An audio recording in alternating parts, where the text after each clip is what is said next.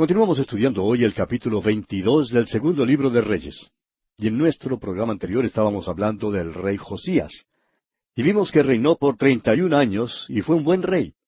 Vimos luego que lo primero que hizo Josías fue hacer lo recto ante los ojos de Jehová. Lo segundo que Josías hizo fue hacer reparar el templo. Y dijimos que la iglesia hoy en día es muy semejante al templo de los tiempos de Josías. Está en gran necesidad de reparación. Ahora no estamos hablando en cuanto a los edificios. Hay muchos hermosos edificios que sirven como templos. Pero no nos referimos a los edificios. Muchas de nuestras iglesias de teología conservadora hoy en día están separadas por contiendas y riñas ociosas. Son plantas grandes y bellas, pero amigo oyente, el Espíritu de Dios no está allí. Parece como si el Señor Jesucristo hubiera dicho, vuestra casa os es dejada desierta. La iglesia ya no se ocupa en testificar, aunque ese es su deber. La iglesia debe estar testificando por el Señor. Este rey Josías, pues, acabó con toda la idolatría que había en la ciudad de Jerusalén. La casa de Dios estaba deteriorada y las órdenes de Josías eran de reparar el templo.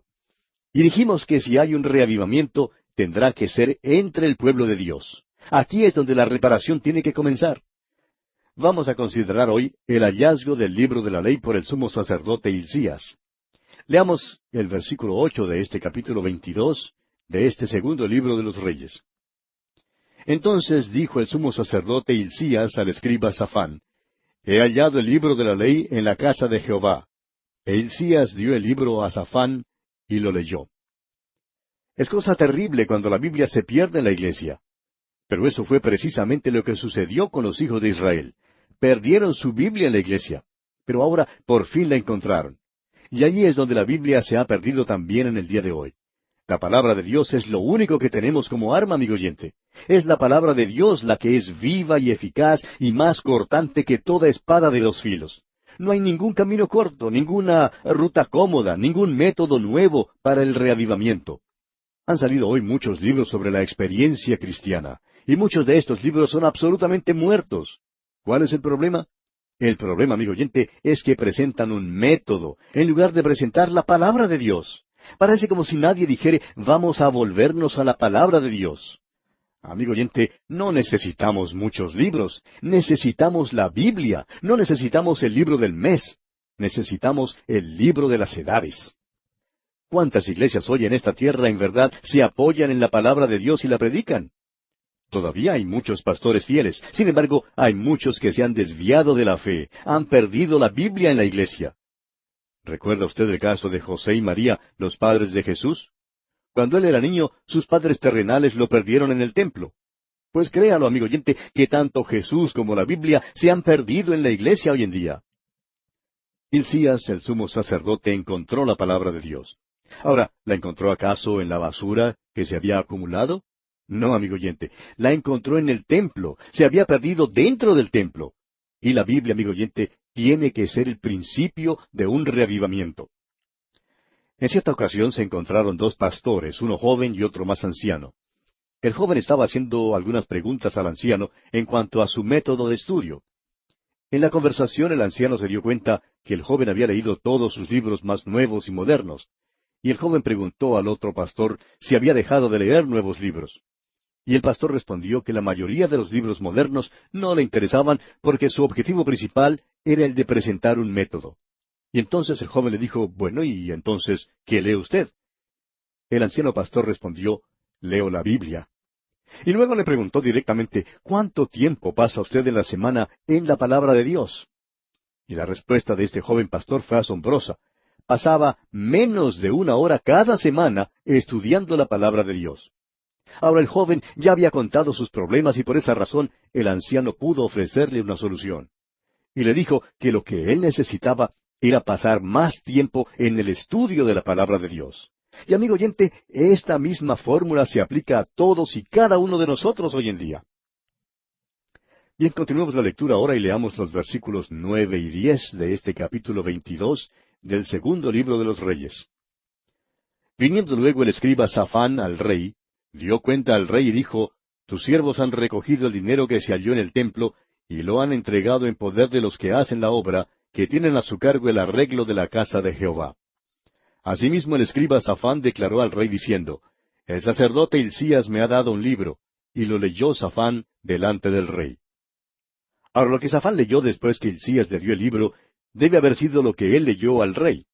Al parecer, Safán e Hilcías deseaban reformas más completas. Leamos aquí el versículo 11. Y cuando el rey hubo oído las palabras del libro de la ley, rasgó sus vestidos. La lectura de la palabra de Dios trajo arrepentimiento, amigo oyente. Cuando el rey escuchó la palabra de Dios, rasgó sus vestidos. Un retorno a la palabra de Dios trae reavivamiento. Lo que necesitamos en verdad es la prédica de la palabra de Dios. Si la palabra de Dios se predicara, habría entonces rasgadura de vestidos. Los hermanos se arrodillarían delante de Dios. Hoy en día no estamos viendo el reavivamiento que tanto necesitamos. Ore usted, amigo oyente, ore por su patria. Su país necesita de sus oraciones. Necesitamos volvernos todos a la palabra de Dios, y cuando nos volvamos a ella, entonces habrá un efecto positivo.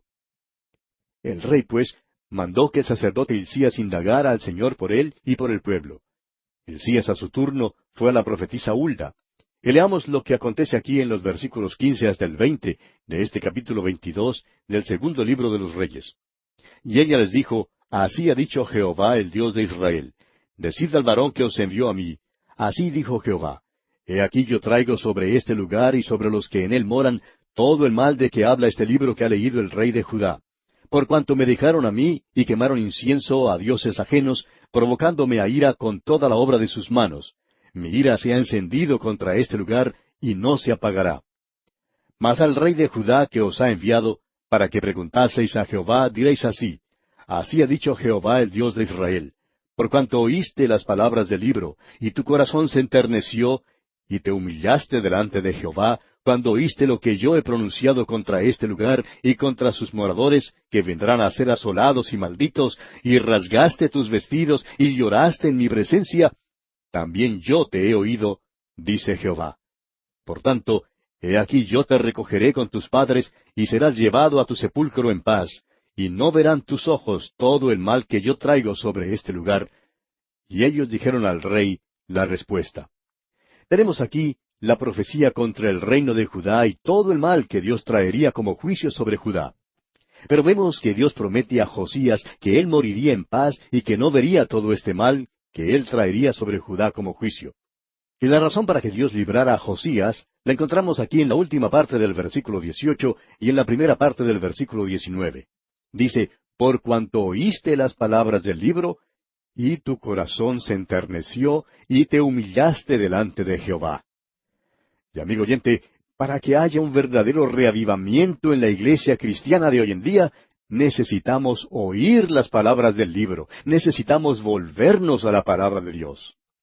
Y en segundo lugar, necesitamos humillarnos delante de Dios. La pregunta, amigo oyente, es, ¿estamos usted y yo dispuestos a dar estos pasos?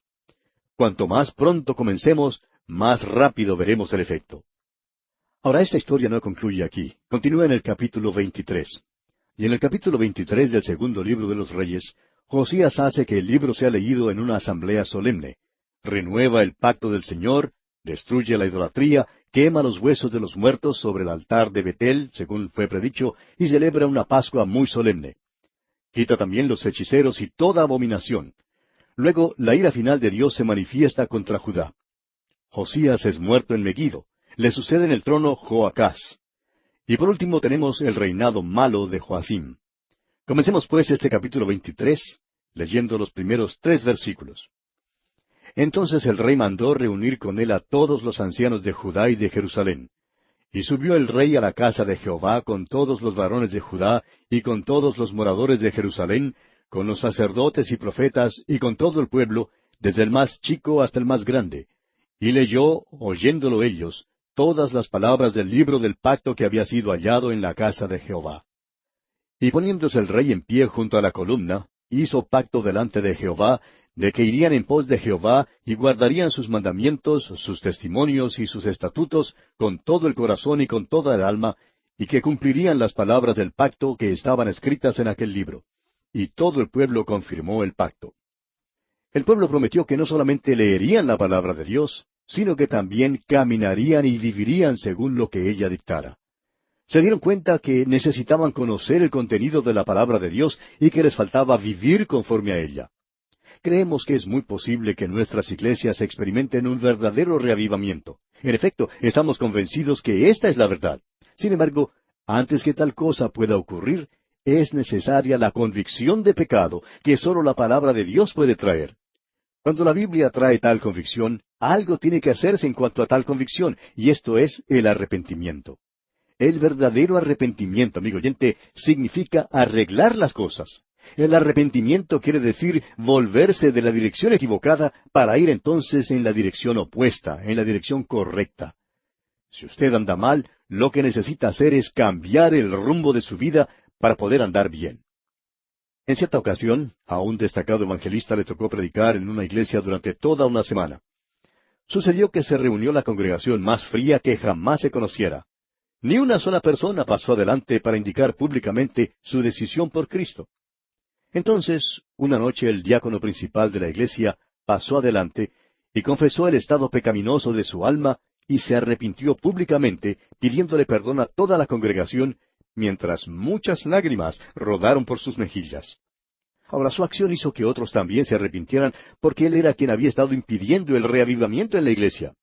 Públicamente dio satisfacción a alguien que había ofendido y otros siguieron su ejemplo. Luego fueron de puerta en puerta a las 2, 3 y 4 de la madrugada para que los hermanos pudieran buscar la reconciliación con quienes habían ofendido. No pasó, pues, mucho tiempo antes que todo ese pueblo conociera un verdadero avivamiento. El arrepentimiento, amigo oyente, fue el primer paso. Eso es lo que ocurrió en esa ocasión y eso es lo que ocurrió en los tiempos de Josías. Josías se arrepintió y esto influyó sobre todo su pueblo. Ahora otra cosa ocurrirá. Josías pondrá en operación un plan muy audaz. Era valiente. Tenemos que dar una mirada allá al segundo libro de Crónicas, capítulo 34, versículo 33, para darnos cuenta de esta parte de la historia. Dice allá, y quitó Josías todas las abominaciones de toda la tierra de los hijos de Israel, e hizo que todos los que se hallaban en Israel sirviesen a Jehová su Dios. No se apartaron de en pos de Jehová, el Dios de sus padres, todo el tiempo que él vivió. Aquí vemos que Josías aplicó su arrepentimiento a cada área de su vida y de su nación. Quitó todas las abominaciones que practicaban y mandó que sirvieran al Señor. Volviendo ahora a este capítulo 23 del segundo libro de los Reyes, leemos en el versículo 4, Entonces mandó el rey al sumo sacerdote Hilcías, a los sacerdotes de segundo orden y a los guardianes de la puerta, que sacasen del templo de Jehová todos los utensilios que habían sido hechos para Baal, para Acera y para todo el ejército de los cielos, y los quemó fuera de Jerusalén en el campo del Cedrón, e hizo llevar las cenizas de ellos a Betel. Josías quitó la idolatría. Todas las cosas que tenían que ver con la adoración de Baal fueron quemadas fuera de la ciudad de Jerusalén en el campo de Cedrón. Las cenizas luego fueron llevadas fuera del pueblo para que el pueblo ni siquiera pudiera mirarlas. Josías, pues, quitó por completo esta abominación de la idolatría. Prosigamos ahora leyendo los versículos 5 hasta el 7. Y quitó a los sacerdotes idólatras que habían puesto los reyes de Judá para que quemasen incienso en los lugares altos en las ciudades de Judá y en los alrededores de Jerusalén, y asimismo a los que quemaban incienso a Baal, al sol y a la luna y a los signos del zodíaco y a todo el ejército de los cielos. Hizo también sacar la imagen de Acera fuera de la casa de Jehová, fuera de Jerusalén, al valle del Cedrón, y la quemó en el valle del Cedrón, y la convirtió en polvo, y echó el polvo sobre los sepulcros de los hijos del pueblo. Además derribó los lugares de prostitución idolátrica que estaban en la casa de Jehová, en los cuales tejían las mujeres tiendas para Acera. O sea que Josías no solamente quitó la idolatría, sino que también quitó la inmoralidad. Derribó las casas donde tenían lugar las orgías pervertidas. Esta quizás sea una declaración un poco audaz, pero aún dentro de la iglesia hoy en día se está comenzando a aceptar el sexo pervertido. Allá en el primer capítulo de la epístola a los Romanos, el apóstol Pablo nos dice que Dios entregó a sus pecados a quienes se ocupaban en esta clase de cosas. Y creemos que Dios entregará a cualquier nación que favorezca o legalice este tipo de inmoralidad. Josías tuvo el valor de condenar a los sodomitas, y no solo condenó sus acciones, sino que también los expulsó del reino. Toda perversión sexual, amigo oyente, es mala, aun si la iglesia de hoy lo aprueba. Ahora sabemos que hay grupos hoy en día que dicen, bueno, debemos aceptar este tipo de conducta entre adultos que lo hagan de común acuerdo o de acuerdo mutuo, y aun entre jóvenes que estén de mutuo acuerdo, está perfectamente bien. Pero ¿quién dijo que estaba bien? Dios dijo que los que hacen tal cosa recibirán el efecto de su ira como consecuencia. La ira de Dios se hizo sentir en el pasado y Dios no ha cambiado, amigo oyente. El hombre ha cambiado, pero Dios, amigo oyente, nunca cambia. Josías, pues, hizo una gran cosa cuando quitó lo que era malo. Quisiéramos también hablar claro en cuanto a otra cosa. Oímos mucho hoy en día en cuanto al amor. Es verdad que debemos amar a Jesús. Y debemos también amarnos los unos a los otros. Pero, amigo oyente, si nuestras vidas no han sido transformadas, si no son limpias, ni honradas, ni verdaderas, no se puede experimentar el reavivamiento. Es necesario el reavivamiento antes de que podamos amar de verdad. Bien, continuemos ahora leyendo los versículos 8 hasta el 20 de este capítulo 23 del segundo libro de los Reyes. E hizo venir todos los sacerdotes de las ciudades de Judá, y profanó los lugares altos donde los sacerdotes quemaban incienso, desde Geba hasta Beerseba, y derribó los altares de las puertas que estaban a la entrada de la puerta de Josué, gobernador de la ciudad, que estaban a la mano izquierda, a la puerta de la ciudad. Pero los sacerdotes de los lugares altos no subían al altar de Jehová en Jerusalén, sino que comían panes sin levadura entre sus hermanos. Asimismo profanó a Tofet, que está en el valle del hijo de Hinnom, para que ninguno pasase su hijo o su hija por fuego a Moloc. Quitó también los caballos que los reyes de Judá habían dedicado al sol a la entrada del templo de Jehová, junto a la cámara de Natán Melec, eunuco, el cual tenía a su cargo los ejidos, y quemó al fuego los carros del sol. Derribó además el rey los altares que estaban sobre la azotea de la sala de Acaz, que los reyes de Judá habían hecho, y los altares que había hecho Manasés en los dos atrios de la casa de Jehová. Y de allí corrió y arrojó el polvo al arroyo del Cedrón. Asimismo profanó el rey los lugares altos que estaban delante de Jerusalén, a la mano derecha del monte de la destrucción, los cuales Salomón, rey de Israel, había edificado a Astoret, ídolo abominable de los sidonios, a Chemos, ídolo abominable de Moab, y a Milcom, ídolo abominable de los hijos de Amón.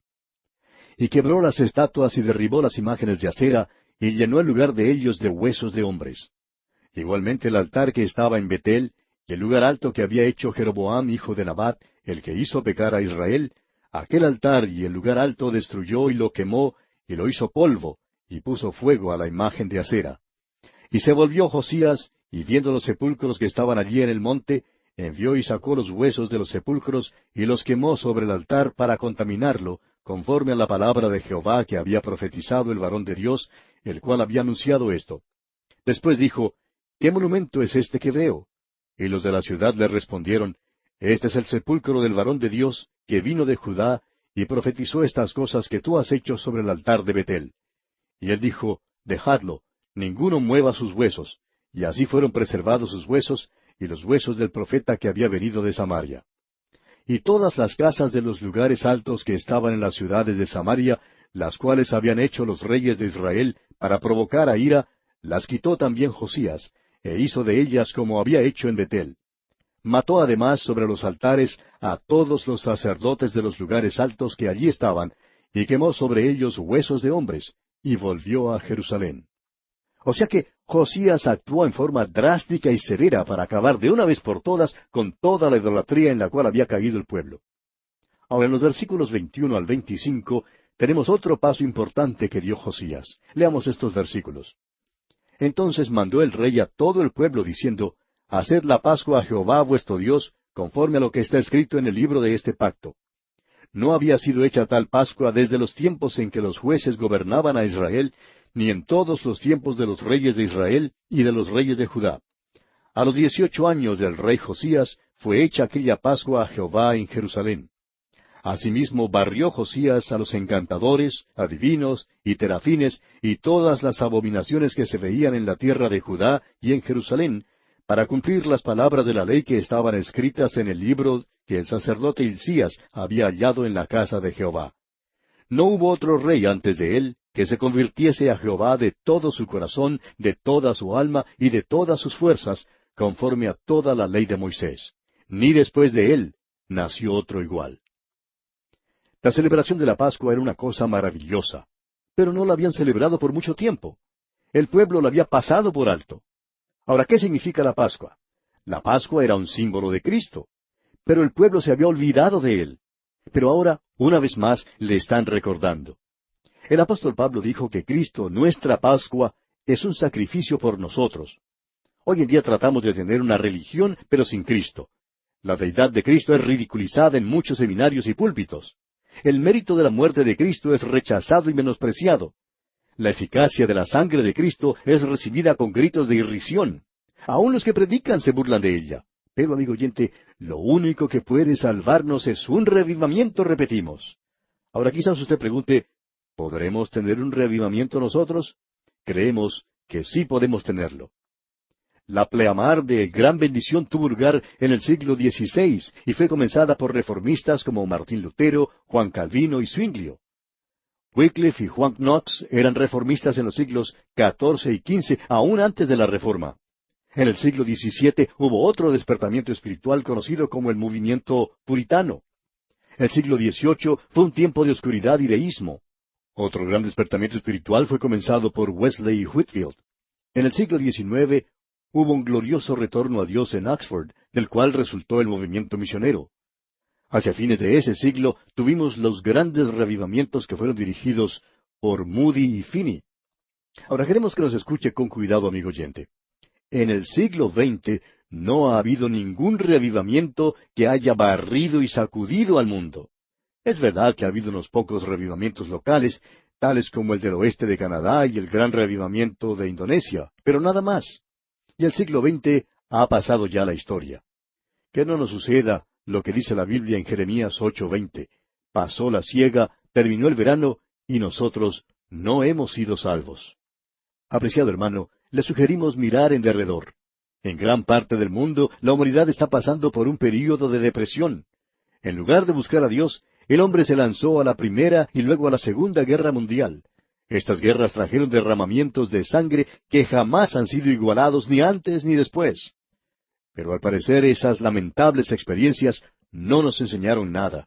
No ha habido un reavivamiento espiritual. No hemos conocido ninguna paz desde ese entonces. Ha habido guerras, guerrillas y rebeliones en muchas partes del globo que habitamos. Ahora muchos creen que si salen y protestan, las cosas cambiarían. Pero lo que necesitamos, amigo oyente, es una conciencia y una convicción profunda y verdadera de nuestra vida interior. Nos falta reconocer nuestra frialdad e indiferencia. Permítanos preguntarle, amigo oyente, ¿cuándo fue la última vez que usted le confesó al Señor su frialdad e indiferencia? ¿Por casualidad le ha dicho hoy que le ama? Recuerde, amigo oyente, que Cristo es su Salvador, y estamos convencidos que aún en esta hora oscura de la historia, y tal como aconteció en el pasado, nosotros también podemos experimentar el reavivamiento. La historia de Josías nos da ánimo. Fue durante la hora más oscura en la vida de su nación cuando se disfrutó de un poderoso avivamiento.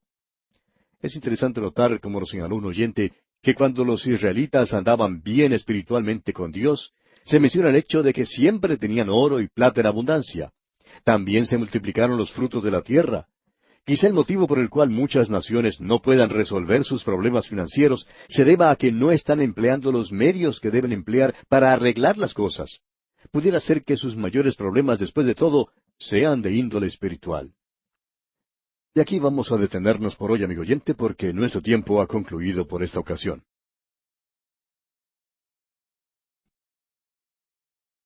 Continuamos nuestro estudio del capítulo 23 del segundo libro de Reyes, considerando la muerte de Josías. Y llegamos ahora a una parte triste en la historia de Josías. El gran reavivamiento tuvo lugar al fin de su reinado. Pronto su pueblo entrará en el cautiverio. En los últimos días del reinado de Josías, Dios obró de una manera poderosa para revelar el hecho que Él puede mandar un gran avivamiento aún en los días más difíciles y oscuros. Leamos los versículos 26 al 28 de este capítulo 23 del segundo libro de los Reyes. Con todo eso, Jehová no desistió del ardor con que su gran ira se había encendido contra Judá por todas las provocaciones con que Manasés le había irritado. Y dijo Jehová, también quitaré de mi presencia a Judá, como quité a Israel, y desecharé a esta ciudad que había escogido, a Jerusalén, y a la casa de la cual había yo dicho, mi nombre estará allí. Los demás hechos de Josías y todo lo que hizo, ¿no está todo escrito en el libro de las crónicas de los reyes de Judá? Ahora Faraón Necao subió para ayudar al rey de Asiria a luchar contra Nabopolassar, rey de Babilonia. Josías y sus fuerzas entraron en esa lucha, lo cual no les correspondía hacer. Y esto resultó en un desastre. Avancemos leyendo ahora los versículos 29 y 30. En aquellos días Faraón Necao, rey de Egipto, subió contra el rey de Asiria al río Éufrates, y salió contra él el rey Josías. Pero aquél, así que le vio, lo mató en Megiddo. Y sus siervos lo pusieron en un carro, y lo trajeron muerto de Megiddo a Jerusalén, y lo sepultaron en su sepulcro. Entonces el pueblo de la tierra tomó a Joacás, hijo de Josías, y lo ungieron y lo pusieron por rey en lugar de su padre. Ahora Josías debió haberse quedado en casa. Usted recordará que hubo un tiempo cuando David no debió haberse quedado en casa, debió haber salido a la batalla. Él no fue y se encontró en apuros. En cambio aquí, tenemos un caso en que esta lucha no le concernía a Josías, pero él salió de todos modos, ¿y qué le pasó? Murió en Megiddo. Josías era un gran hombre de Dios, pero aquí actuó de una manera insensata. Entró en una batalla en que no le correspondía entrar, y esto le trajo como consecuencia la muerte. Ahora, cuando mataron a Josías, sus siervos trajeron su cuerpo a Jerusalén y lo sepultaron en su sepulcro. Y coronaron como nuevo rey a su hijo Joacás. Prosigamos ahora leyendo los versículos 31 al 33. De 23 años era Joacás cuando comenzó a reinar, y reinó 3 meses en Jerusalén. El nombre de su madre fue Amutal, hija de Jeremías, de Libna. Y él hizo lo malo ante los ojos de Jehová, conforme a todas las cosas que sus padres habían hecho. Y lo puso preso Faraón Necao en Ribla, en la provincia de Amat, para que no reinase en Jerusalén, e impuso sobre la tierra una multa de 100 talentos de plata y no de oro. Es de esperarse que Joacás siguiera los pasos justos de su padre, pero no fue así. Joacás fue un rey malvado. El hecho es que no permaneció en el trono sino por un espacio de solamente 3 meses. Continuemos entonces leyendo los versículos 34 al 37. Entonces Faraón Necao puso por rey a Eliaquim, hijo de Josías, en lugar de Josías su padre, y le cambió el nombre por el de Joacim, y tomó a Joacás y lo llevó a Egipto, y murió allí. Y Joacim pagó a Faraón la plata y el oro, mas hizo avaluar la tierra para dar el dinero conforme al mandamiento de Faraón, sacando la plata y el oro del pueblo de la tierra, de cada uno según la estimación de su hacienda, para darlo a Faraón Necao. De 25 años era Joacim cuando comenzó a reinar, y 11 años reinó en Jerusalén. El nombre de su madre fue Zebuda, hija de Pedaías, de Ruma. E hizo lo malo ante los ojos de Jehová, conforme a todas las cosas que sus padres habían hecho. Es decir que Faraón Necao destronó al hijo de Josías, y puso en su lugar a Joacim, otro de los hijos de Josías. Joacim reinó por 11 años, pero también fue un rey malo. Joacás fue malvado, pero Joacim fue aún peor. Veremos ahora el ascenso de otra potencia mundial. El gran poder de Babilonia se está presentando en el oriente, en el río Éufrates. Babilonia le está quitando el puesto a Asiria. El hecho es que Babilonia había vencido a Asiria. Babilonia también vencerá a Egipto y se constituirá así en la primera gran potencia mundial. El libro de Daniel nos dará más información en cuanto a este tema. Y es aquí donde debemos leer también el libro de Jeremías. Jeremías fue el profeta que vivió durante esta época, y fue él quien llamó a los habitantes de Judá de nuevo a Dios, y les amonestó que si no se volvían a Dios, serían llevados cautivos a Babilonia. Pero las palabras de Jeremías les parecieron increíbles a los habitantes de Judá, porque en aquellos tiempos Nabucodonosor, rey de Babilonia, todavía no era tan formidable como muy pronto lo sería. Por otra parte, los falsos profetas le dijeron a la nación que Dios los necesitaba tanto que nunca los destruiría como nación. Pero la verdad era que el templo, la ciudad de Dios y el pueblo de Dios estaban en peligro. Pues bien, Dios envió al cautiverio a su pueblo, y el templo fue destruido, y así el pueblo se dio cuenta que los falsos profetas les habían mentido. Pasando ahora al capítulo 24 de este segundo libro de los Reyes, vemos que Nabucodonosor, rey de Babilonia, ataca a Joacim y Judá es destruida. Este es el juicio de Dios sobre la nación debido a los pecados de Manasés. Después de la muerte de Joacim, quien había reinado por 11 años, su hijo Joaquín llega al trono, donde permanece por solo 3 meses. Es un rey malo. El rey de Babilonia lo toma, saquea Jerusalén, y se lleva cautivos a todos los nobles de Jerusalén, entre los cuales se encuentran Daniel y los 3 muchachos hebreos. Nabucodonosor lleva también cautivo al rey Joaquín a Babilonia, y coloca en su lugar como rey a su tío Matanías, y cambia su nombre a Sedequías. Sedequías también es un rey malo y se rebela contra Nabucodonosor. Comencemos pues con este capítulo 24, leyendo los primeros 2 versículos. En su tiempo subió en campaña Nabucodonosor, rey de Babilonia. Joacim vino a ser su siervo por 3 años, pero luego volvió y se rebeló contra él. Pero Jehová envió contra Joacim tropas de caldeos, tropas de sirios, tropas de moabitas y tropas de amonitas, los cuales envió contra Judá para que la destruyesen conforme a la palabra de Jehová que había hablado por sus siervos los profetas. El faraón de Egipto había puesto en el trono a Joacim. Cuando Nabucodonosor llegó al poder, a Joacim no le agradó esto y se rebeló contra él. Nabucodonosor, quien estaba unificando su imperio y juntando a muchas gentes, envió su gran ejército contra Jerusalén. Sigamos adelante leyendo los versículos 3 y 4 de este capítulo 24 del segundo libro de los Reyes. Ciertamente vino esto contra Judá por mandato de Jehová, para quitarla de su presencia por los pecados de Manasés y por todo lo que él hizo. Asimismo por la sangre inocente que derramó, pues llenó a Jerusalén de sangre inocente. Jehová, por tanto, no quiso perdonar. Ya dijimos que Manasés había sido un pícaro. Si la gloria del Señor no se apartó durante su reinado, nada de lo que pasó después pudo haber causado que se apartara.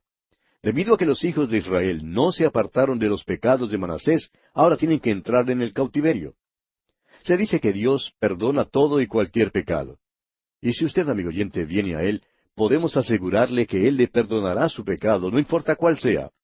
Cristo murió por todo pecado que el hombre haya cometido o pueda cometer. Pero el pecado no es perdonado sino hasta cuando usted le pide perdón.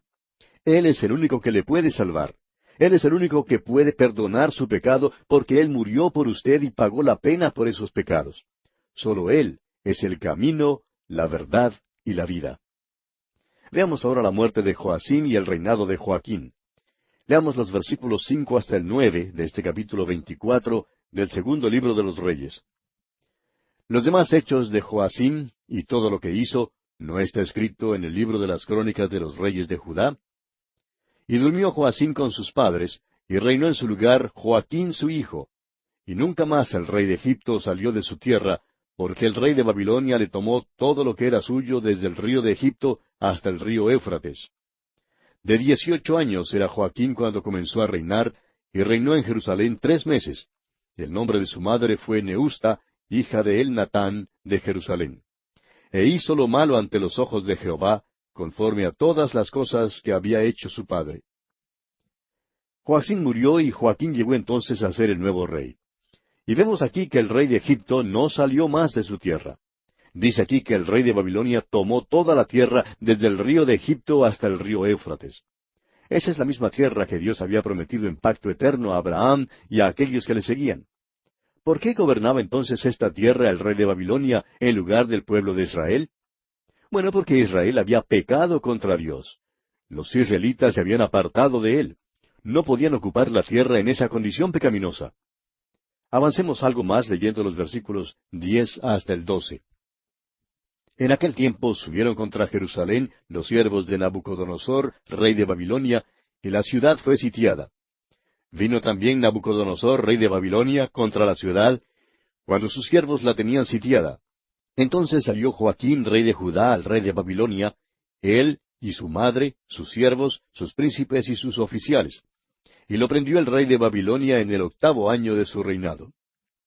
El rey y todos los nobles son entonces llevados en el primer grupo que fue al cautiverio. Esto ocurrió alrededor del año 605 a.C. Sigamos adelante leyendo ahora los versículos 13 al 16. Y sacó de allí todos los tesoros de la casa de Jehová, y los tesoros de la casa real, y rompió en pedazos todos los utensilios de oro que había hecho Salomón, rey de Israel, en la casa de Jehová, como Jehová había dicho. Y llevó en cautiverio a toda Jerusalén, a todos los príncipes y a todos los hombres valientes, hasta 10,000 cautivos, y a todos los artesanos y herreros. No quedó nadie, excepto los pobres del pueblo de la tierra. Asimismo llevó cautivos a Babilonia a Joaquín, a la madre del rey, a las mujeres del rey, a sus oficiales y a los poderosos de la tierra. Cautivos los llevó de Jerusalén a Babilonia. A todos los hombres de guerra, que fueron 7,000, y a los artesanos y herreros, que fueron 1,000, y a todos los valientes para hacer la guerra, llevó cautivos el rey de Babilonia. Como usted ve, amigo oyente, esta es una historia triste y sórdida. Tenemos luego otro cambio de rey. Leamos los versículos 17 a 19. Y el rey de Babilonia puso por rey en lugar de Joaquín a Matanías su tío, y le cambió el nombre por el de Sedequías. De 21 años era Sedequías cuando comenzó a reinar, y reinó en Jerusalén 11 años. El nombre de su madre fue Amutal, hija de Jeremías de Libna. E hizo lo malo ante los ojos de Jehová, conforme a todo lo que había hecho Joacim. Sedequías era tío de Joaquín. Ahora él no mejoró la línea de los reyes de ninguna manera. Es de esperarse que el cautiverio le hiciera volverse cuerdo, pero no fue así. Las dificultades, amigo oyente, harán una de estas dos cosas por el individuo. O bien le enternecerán, o bien le endurecerán. O le acercarán a Dios, o le ahuyentarán de Él. Nunca le es posible a uno ser el mismo después de conocer la aflicción y el sufrimiento. El mismo sol que derrite el hielo endurece la arcilla. Leamos ahora el versículo 20 de este capítulo 24 del segundo libro de los Reyes. Vino pues la ira de Jehová contra Jerusalén y Judá, hasta que los echó de su presencia, y Sedequías se rebeló contra el rey de Babilonia. Una vez más, los falsos profetas dijeron, mirad, Dios está con nosotros. Pero Dios no estaba con Israel en este tiempo. Amigo oyente, debemos tener sumo cuidado en cuanto a esto. Hay quienes dicen que hacen ciertas cosas porque saben que es la voluntad de Dios que las hagan, y que Dios les ha revelado a ellos en alguna forma especial que tal o cual cosa que están haciendo es según su voluntad. Y siguen adelante haciendo lo que ellos mismos quieren hacer y no la voluntad de Dios. Algunos misioneros, por ejemplo, han ido al campo misionero y han regresado admitiendo que su primera equivocación había sido la de salir. Creían que era la voluntad de Dios que fueran, pero se habían equivocado. Los falsos profetas en Israel dijeron, Dios está con nosotros, pero Dios no estaba con ellos. Yo quiero asegurarme de que Dios esté conmigo, tanto como de que yo esté con Él. La voluntad mía no es siempre la voluntad de Dios. No sé cuál sea la voluntad de Dios en cuanto a mi futuro. Pero quiero que usted sepa esto, amigo oyente, y es que estoy en las manos de mi Dios y tengo que aceptar su voluntad sea cual sea. Me someto a ella. Debemos, pues, tener mucho cuidado en cuanto a la propaganda de los falsos profetas. Y llegamos así al último capítulo de este segundo libro de los Reyes, el capítulo 25. En este capítulo, Nabucodonosor ataca a Jerusalén, la destruye y lleva cautivo al pueblo.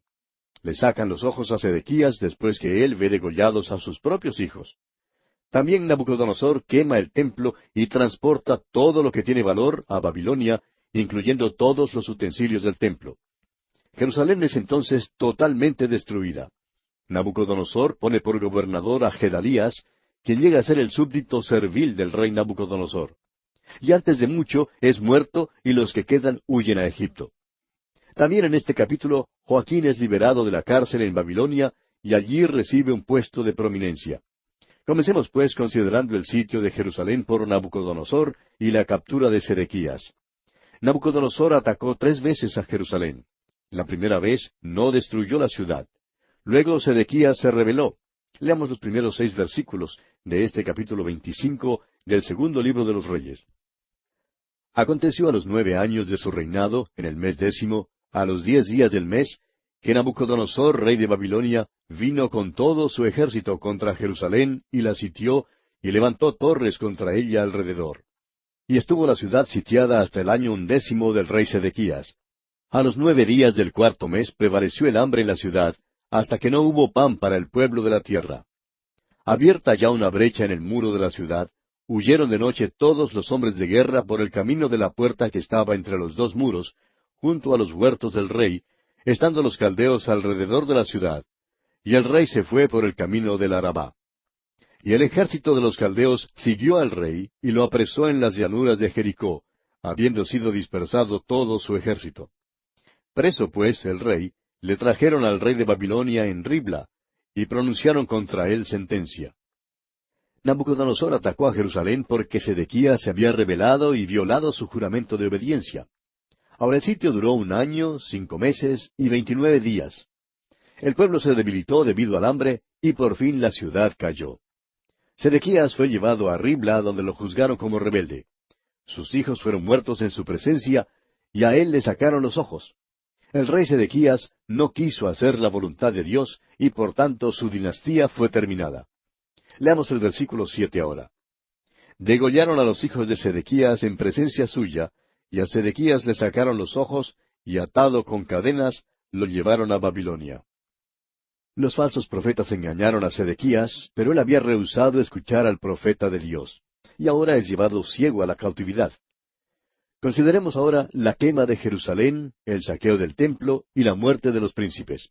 Prosigamos leyendo los versículos 8 y 9 de este capítulo 25 del segundo libro de los Reyes. En el mes quinto, a los 7 días del mes, siendo el año 19 de Nabucodonosor, rey de Babilonia, vino a Jerusalén Nabuzaradán, capitán de la guardia, siervo del rey de Babilonia. Y quemó la casa de Jehová, y la casa del rey, y todas las casas de Jerusalén, y todas las casas de los príncipes quemó a fuego. Debido a la rebelión de Jerusalén, Nabucodonosor quemó y derribó la ciudad de tal manera que cuando el profeta Nehemías entró en la ciudad 70 años después de la cautividad y vio ese lugar, le pareció irreparable e irremediable. Pero reanimó al pueblo reconociendo que la cosa más grande que tenía que vencer era el desánimo. Los ejércitos de Nabucodonosor, pues, atacaron la ciudad y la destruyeron. Y esto muestra que los falsos profetas de veras eran falsos profetas. Ellos habían dicho que Dios no dejaría que el pueblo fuera llevado cautivo, ni que la ciudad fuera destruida. Y hay hombres hoy en día, amigo oyente, que están dando un falso mensaje. Dicen que Dios está con nosotros y que no nos abandonará. Amigo oyente, Dios no necesita de nosotros. ¿De dónde surgió esa noción? Dios envió a la cautividad a Judá. Fue una hora triste para ellos, y esto debe servir de lección para nosotros en estos tiempos. Continuemos ahora leyendo los versículos 10 hasta el 14. Y todo el ejército de los caldeos que estaba con el capitán de la guardia derribó los muros alrededor de Jerusalén. Y a los del pueblo que habían quedado en la ciudad, a los que se habían pasado al rey de Babilonia, y a los que habían quedado de la gente común, los llevó cautivos Nabuzaradán, capitán de la guardia. Mas de los pobres de la tierra dejó Nabuzaradán, capitán de la guardia, para que labrasen las viñas y la tierra. Y quebraron los caldeos las columnas de bronce que estaban en la casa de Jehová, y las basas, y el mar de bronce que estaba en la casa de Jehová, y llevaron el bronce a Babilonia. Llevaron también los calderos, las paletas, las despabiladeras, los cucharones y todos los utensilios de bronce con que ministraban. El ejército de Nabucodonosor prácticamente vació el templo antes de ser destruido con fuego. Todo lo que encontraron se lo llevaron a Babilonia. Y veremos cuando lleguemos al libro de Daniel que esos utensilios que se guardaron fueron sacados cuando el rey Belsasar celebró su gran banquete. Hay mucho detalle en cuanto a todo lo que se llevaron, pero no vamos a leer esta sección. Sin embargo, este pasaje revela que la ciudad de Jerusalén fue saqueada, fue quemada y derribada. No quedó nada sin un montón de escombros y total desolación. Jerusalén ha sido destruida unas 27 veces, y cada vez la ciudad ha sido reedificada sobre las ruinas anteriores. El cerro, que es la Jerusalén de hoy en día, es una ciudad que ha sido construida sobre las ruinas de las ciudades pasadas. Muchos, especialmente los agentes de turismo, dicen, venga a Jerusalén y camine donde Jesús caminaba. Bueno, amigo oyente, usted no caminará donde Jesús caminaba, porque la ciudad en que Jesús vivía y caminaba está a unos cuantos metros bajo la tierra. Pasando entonces al versículo 22, veamos el nombramiento de Gedalías como gobernador y también su muerte. Leamos estos versículos 22 al 26. Y al pueblo que Nabucodonosor, rey de Babilonia, dejó en tierra de Judá, puso por gobernador a Gedalías, hijo de Ahicam, hijo de Safán. Y oyendo todos los príncipes del ejército, ellos y su gente, que el rey de Babilonia había puesto por gobernador a Gedalías, vinieron a él en Mizpa, Ismael, hijo de Netanías, Johanán, hijo de Carea, Seraías, hijo de Tanumet Netofatita, y Jaazanías, hijo de un Maacateo, ellos con los suyos. Entonces Gedalías les hizo juramento a ellos y a los suyos, y les dijo, No temáis de ser siervos de los caldeos, habitad en la tierra y servid al rey de Babilonia, y os irá bien. Mas en el mes séptimo vino Ismael, hijo de Netanías, hijo de Elisama, de la estirpe real, y con él 10 varones, e hirieron a Gedalías, y murió, y también a los de Judá y a los caldeos que estaban con él en Mizpa. Y levantándose todo el pueblo, desde el menor hasta el mayor, con los capitanes del ejército, se fueron a Egipto por temor de los caldeos. El pueblo fue llevado a la cautividad y Gedalías fue hecho gobernador de esa tierra. Gedalías fue luego asesinado, y una gran compañía de gente huyó a Egipto, donde llegaron a ser colonos. Ahora, si solo hubieran escuchado a Jeremías, no se habrían encontrado en esa condición tan triste.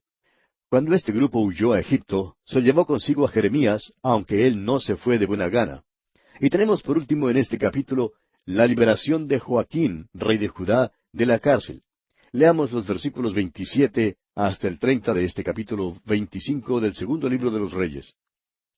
Aconteció a los 37 años del cautiverio de Joaquín, rey de Judá, en el mes 12, a los 27 días del mes, que Evil-Merodac, rey de Babilonia, en el primer año de su reinado, libertó a Joaquín, rey de Judá, sacándolo de la cárcel. Y le habló con benevolencia y puso su trono más alto que los tronos de los reyes que estaban con él en Babilonia. Y le cambió los vestidos de prisionero, y comió siempre delante de él todos los días de su vida.